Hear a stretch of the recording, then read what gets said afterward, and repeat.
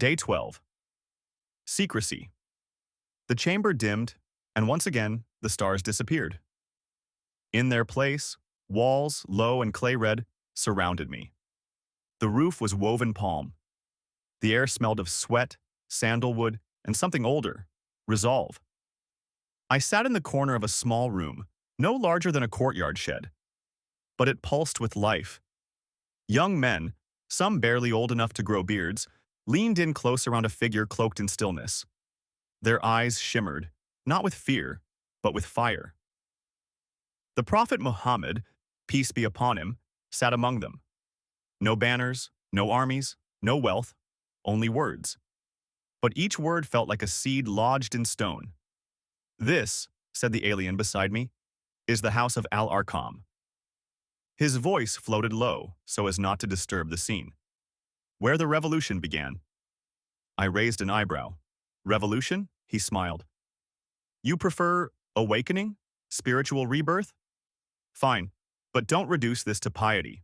Look at them I did. Bilal, Ammar, Ibn Mas'ud, Khabab. The future governors of provinces, teachers of nations, founders of cities.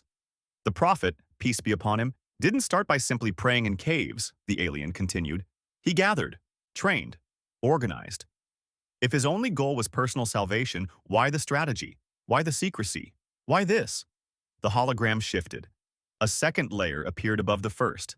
Lines of names, charts of kinship, tactical routes through alleyways, whispered dawa points tailored to each tribe and temperament. "These are not the blueprints of a hermit," the alien said. "They're the fingerprints of a founder." I crossed my arms.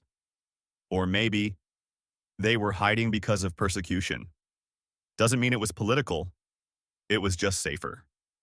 The alien's smile faded. He stepped forward, into the simulation, walking among the young companions like a ghost.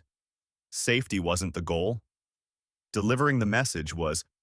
He pointed at a young man speaking animatedly to the group. "That's Mus'ab ibn Umayr, son of one of Makkah's wealthiest women.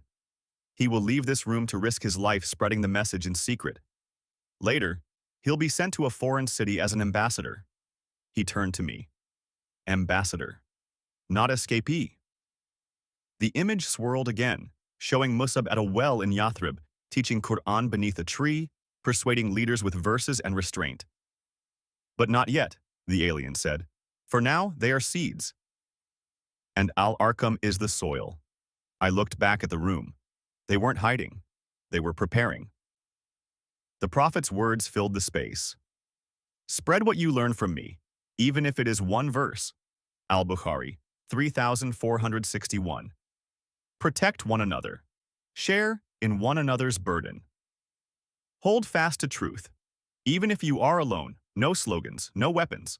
But already, the lines were being drawn. Between silence and speech, between fear and faith, between the old world and the one about to be born. The alien stepped beside me again. "Does this look like a prophet caught off guard by hostility? Or a leader who knew from the beginning that change would cost?" I didn't answer. Instead, I asked, "Why didn't he just teach privately? Avoid the trouble altogether?" "Because truth that hides itself becomes falsehood," the alien replied. "And because private truth is no threat to empires. But organized truth is," he waved his hand, and the room froze. A young Ali ibn Abi Talib sat at the Prophet's feet, eyes fixed with unwavering devotion. "How old do you think he is?" 12? 11. And he's already memorizing strategy." The alien looked at me again. His voice softened. "History calls it the secret phase. But the truth is, it was the planning phase. And planning, my friend, is never neutral." I looked around once more. The world that would one day challenge the Persian Empire and outlast Rome was being built in a room smaller than my bedroom, with nothing but words, vision, and will. When the scene faded, silence returned. But it wasn't empty. It throbbed with questions. The alien didn't press. He simply said, "Next, I'll show you how Quraysh responded. And you tell me if this was just a private prayer circle." Then he vanished. And I was alone, except for the lingering presence of the room that once held a revolution in waiting.